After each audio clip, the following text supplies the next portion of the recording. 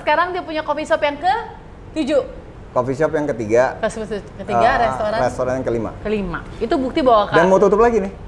Bisnis yang paling susah adalah bisnis F&B. Ampun. Covid kita bakar uang 46 M. Aduh.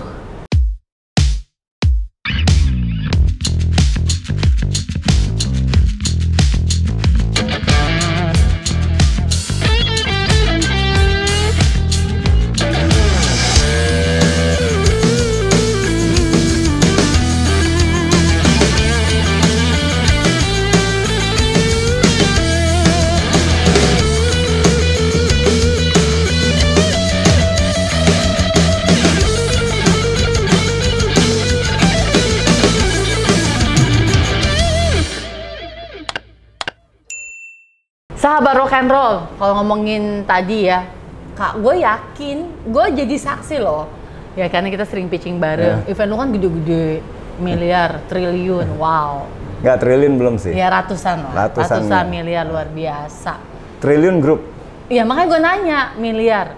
Lu udah bisa sendiri, maksud gue kayak sendiri gitu. Kok mau dibeli Diandra? Jadi mungkin cerita sedikit gitu ya. Orang kan gue dibeli di 2012. Yes. Itu adalah gue dibeli di 2012. 2009 gue di-approach sama mereka. Gue udah tahu tuh lo dapet duit berapa. Kok gue nggak ditraktir sama sekali. Tante gue yang ngomong. Oh ya, lanjut. Ya, beli berapa nih? Gue mau nanya beli berapa. Ya, 2009 di-approach. Tapi orang bertanya gitu, kenapa Boker jual gitu ya? Sebetulnya gue bilang gini. Gue bilang, kalian inget nggak waktu kita selalu bikin annual meeting. Jadi Visicom tuh kalau misalnya achieve, biasa tuh kita jalan-jalan ke luar negeri di era itu, ya kan? Jadi di 2006, 2007 kalau nggak salah tuh, either 2006 atau 2007 tuh kita ke Hong Kong lah, annual meeting di Hong Kong. Satu kantor kita achievementnya lumayan bagus. Gue bilang di situ, kita harus leveraging the company to, salah satu caranya adalah being part of a big group. Gitu. Gue tahu bahwa mungkin kita kuat ya, besar ya. Mungkin kita bisa jadi ikan koi di kolam yang kecil. Ya, tapi kayak ikan koi itu kalau walaupun ikan koinya gede yang segini, kalau begitu dikeluarin ke laut ya kecil ya. Nah, kecil. Makanya gue mendingan akhirnya gue pikirin apa? Kalau lo nanya, gue perlu proses belajar juga, gue perlu proses belajar. Gue tuh orangnya pengen belajar lah gitu ya kan. Maksudnya gimana sih, kayaknya masuk ke dalam big group gitu. Kita ngerjain perusahaan-perusahaan besar gitu, klien-klien kita gitu. Mungkin ada Unilever, ada Philip Morris, ada Coca-Cola, any companies gitu yang besar gitu. Apa rasanya ya? Kalau gue selalu mimpi, event company bisa nggak ya? Karena dulu event company dianggap sebelah mata, ada. Yes. Bener nggak? Yeah. Sekarang udah menjadi industri. Sekarang udah ada pendidikannya. Kita udah ngajar S1 event di Prasmo. Iya kan? Diakui sekarang ya? Diakuin. Tapi waktu itu kan enggak. Jadi gue pikir, okay. Nah terus waktu itu tiba-tiba ada salah satu ownernya Diandra gitu. Kebetulan gue kenal Pak Dhani waktu itu di era itu. Dia approach gue. Dia bilang 2009 dia mau beli, gue masih bilang no. No, karena dia cuma mau beli. Iya.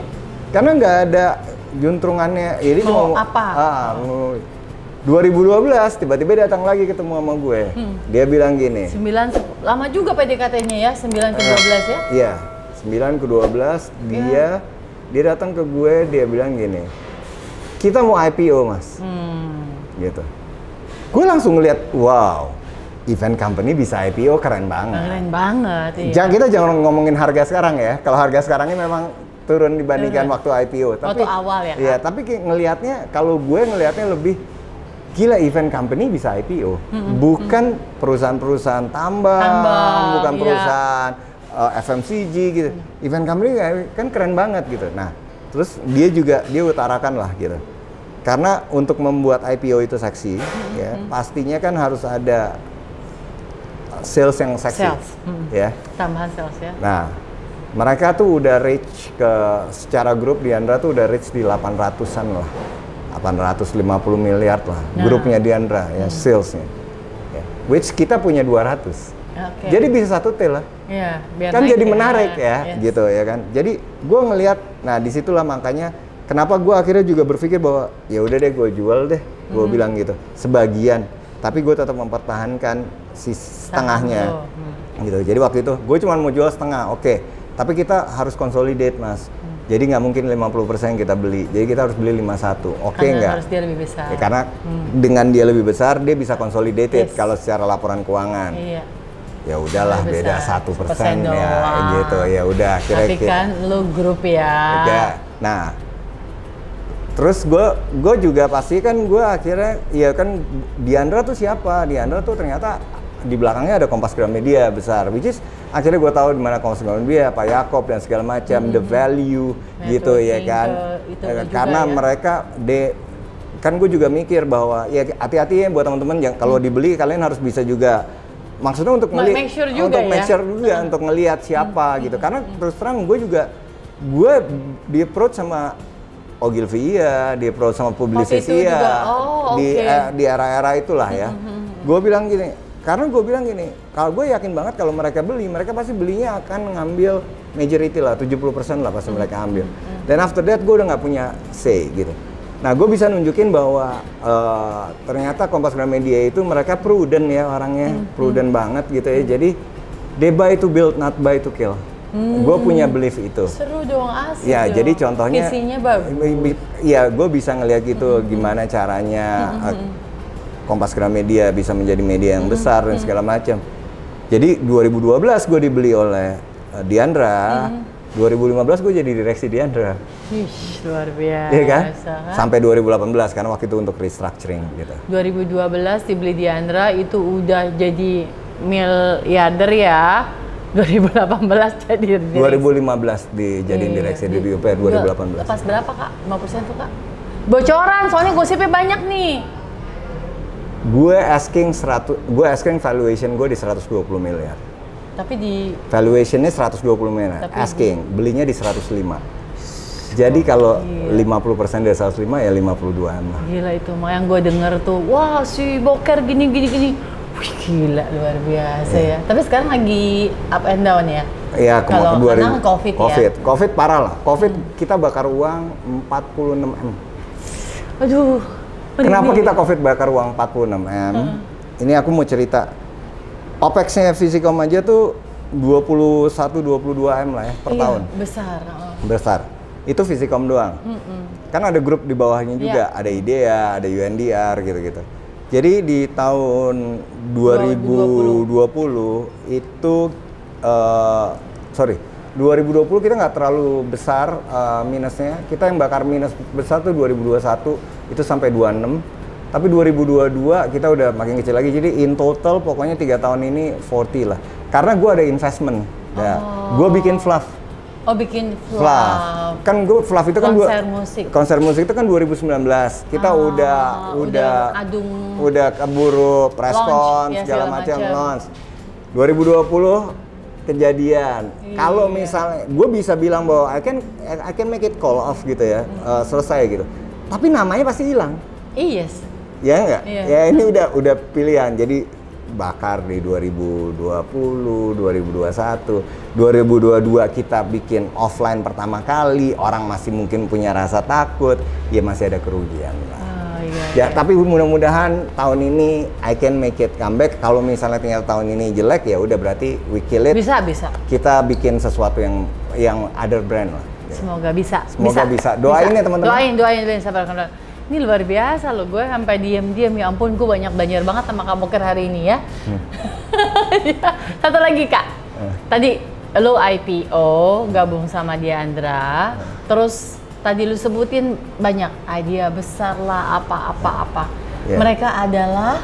Jadi gini, kalau ada ide besar, ada UNDR itu UNDR itu adalah digital company. Yes. Nah, jadi sebetulnya waktu Visicom dibeli, Visicom udah ada idea besar.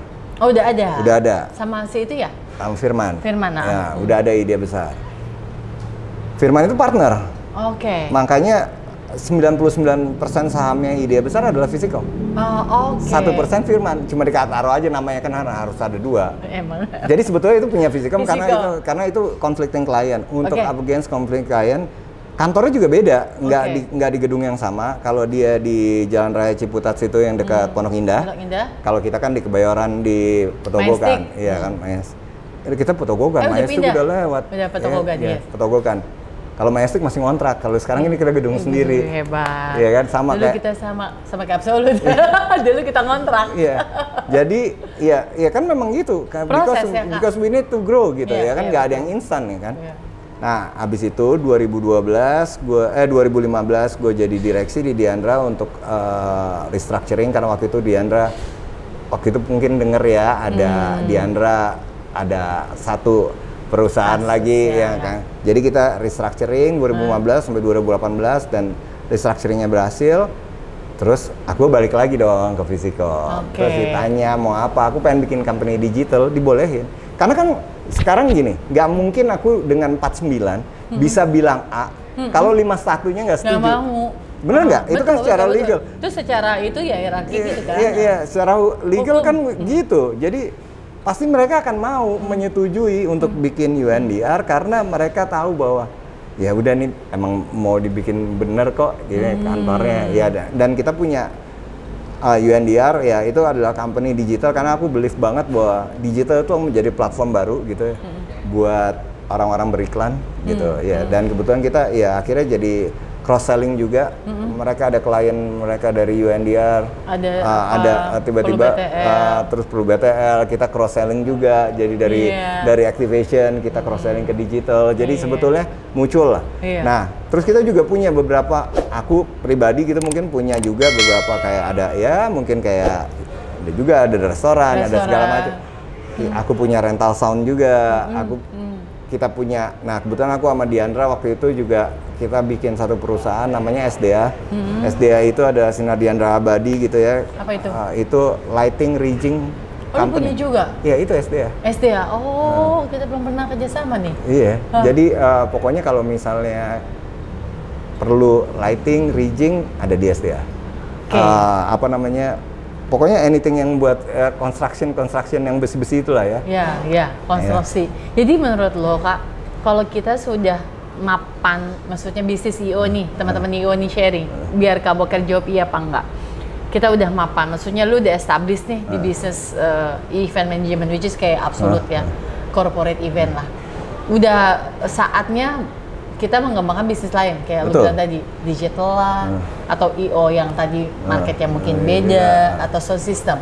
Menurut lu itu normal-normal aja? Normal. Selama ada modal apa selama ada peluang apa? Selama ya pastinya kapital menjadi penting. Kapital yang penting lu mampu. Tapi kan kapital itu sebenarnya bisa berbagai macam juga gitu. Sometimes you don't have to go big gitu ya kan. Tapi contohnya misalnya kita bisa kerjasama sama bank gitu untuk pendanaan gitu, karena kita udah dipercaya dong gitu. Oke, gue mau bikin kantor nih gini-gini nih, gue invest 2M tapi gue minta pinjaman deh 5M, standby loan 5M karena kita harus beli barangnya, misalnya beli riggingnya bisa ke bank juga gitu. Dan karena kebetulan biasanya punya aset ya. Mungkin teman-teman IO biasanya kadang-kadang teman-teman IO bilang gue nggak perlu beli kantor, nggak perlu. Biasanya punya aset. Kenapa? Karena kalau punya aset, asetnya bisa dijadikan jaminan buat kita punya bankability.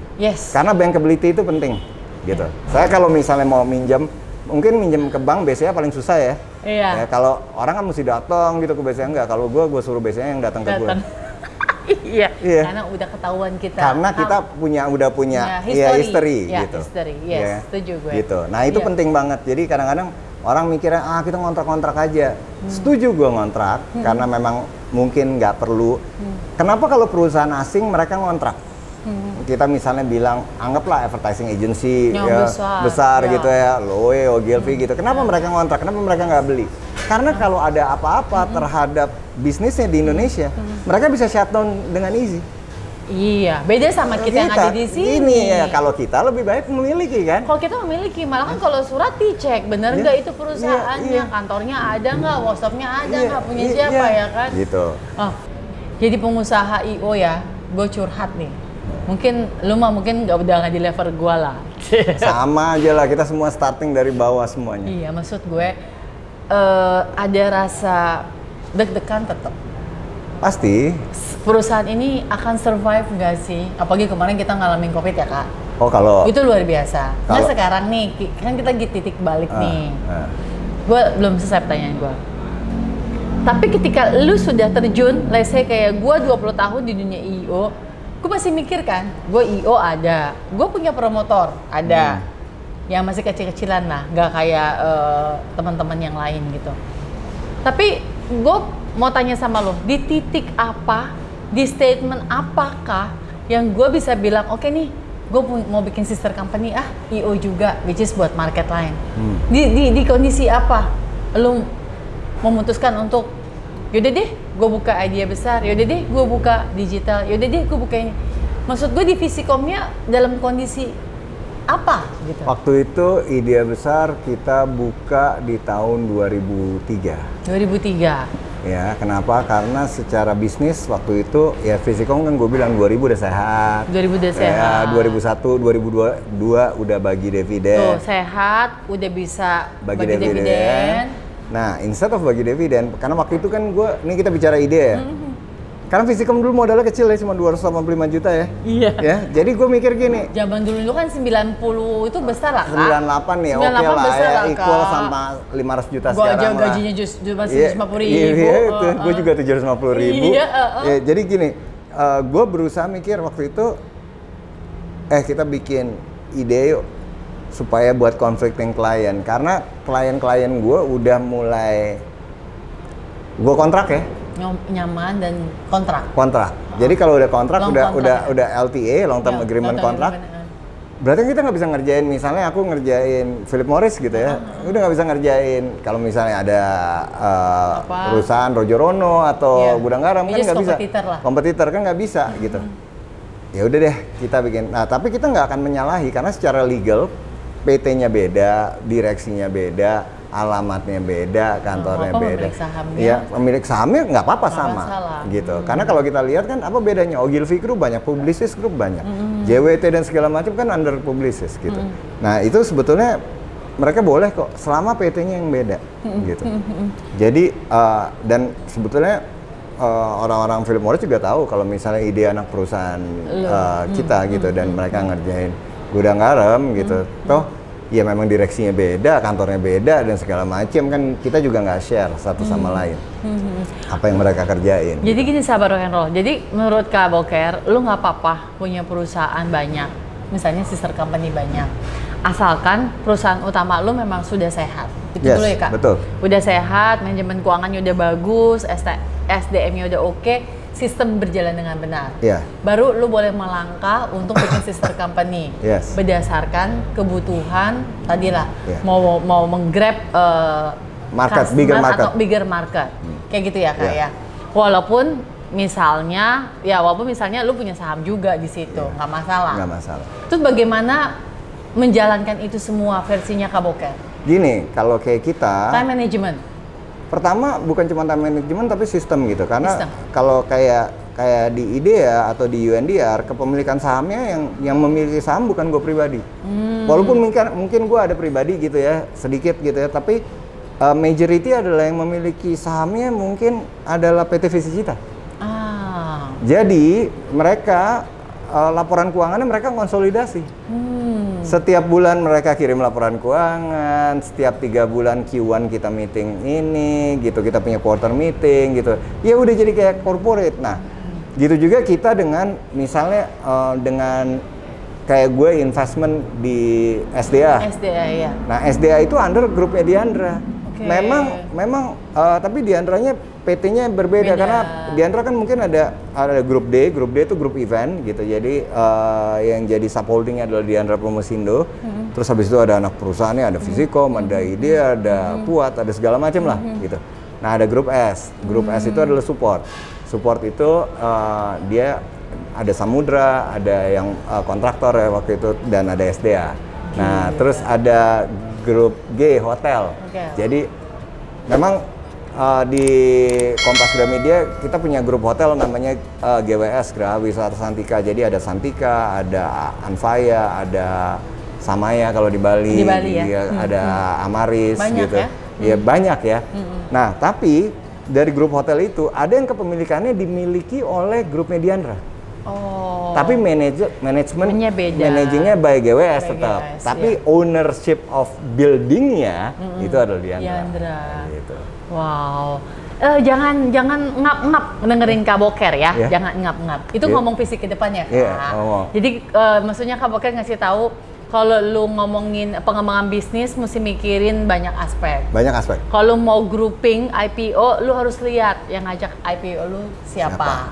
Terus kalau lu mau punya sister company, lu mesti pikirin juga tadi kapitalnya, pengembangannya, target juga ya Kak, kapan mau balik modal, BM segala macam ya Kak. Itu harus dipikirin lagi. Jangan ngap, jangan.